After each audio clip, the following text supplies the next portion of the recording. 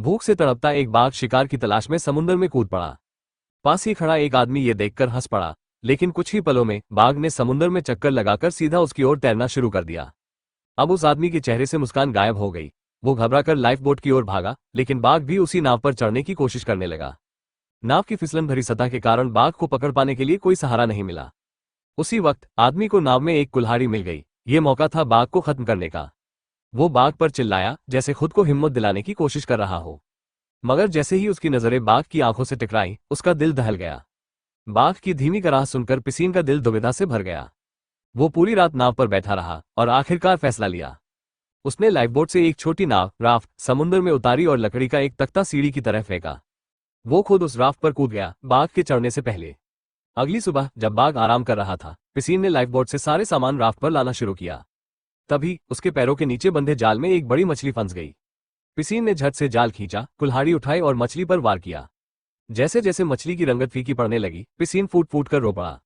ये उसकी जिंदगी में पहली बार था जब उसने किसी प्राणी की जान ली थी। उसने भगवान से माफी मांगी और फिर वो मछली बाघ के लिए नाव में फेंक दी। रात होते ही समुद्र में जगमगाते जेलीफिश नजर आने लगे। पिसीन मंत्रमुग्ध हो गया। तभी एक विशाल वेल पानी से बाहर निकली और उसकी लहरों ने छोटी नाव को उलट दिया। सारा खाना और पीने का पानी समुद्र में बह गया। अब विशाल समुद्र के बीच भूख और प्यास के सिवा कुछ भी बाकी नहीं था। भूख से पागल बाघ ने फिर अपना दरिंदा रूप दिखाया। तभी एक उड़ती मछली आकर पिसीन से टकराई। उसने झट से वो मछली बाघ की ओर फेंक दी। अगले ही पल सैकड़ों उड़ती मछलियां उनकी ओर आ गईं। खुशी अचानक आ गई थी। पिसीन और बाघ ने मिलकर खाना इकट्ठा करना शुरू कर दिया। इसी दौरान बाघ ने एक बड़ी मछली पकड़ ली। पिसीन जानता था ये मौका है अपनी हुकूमत दिखाने का। उसने एक डंडा उठाया और बाघ के सामने डट गया। पिसीन की धमकी से बाघ पहली बार पीछे हट गया।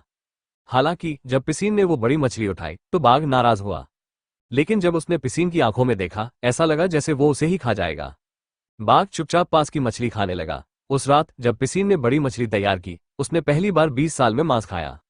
एक शाकाहारी इंसान के लिए यह बेहद मुश्किल था, लेकिन अब वो जानता था अगर समुद्र में जिंदा रहना है तो बाघ को पूरी तरह वश में करना होगा।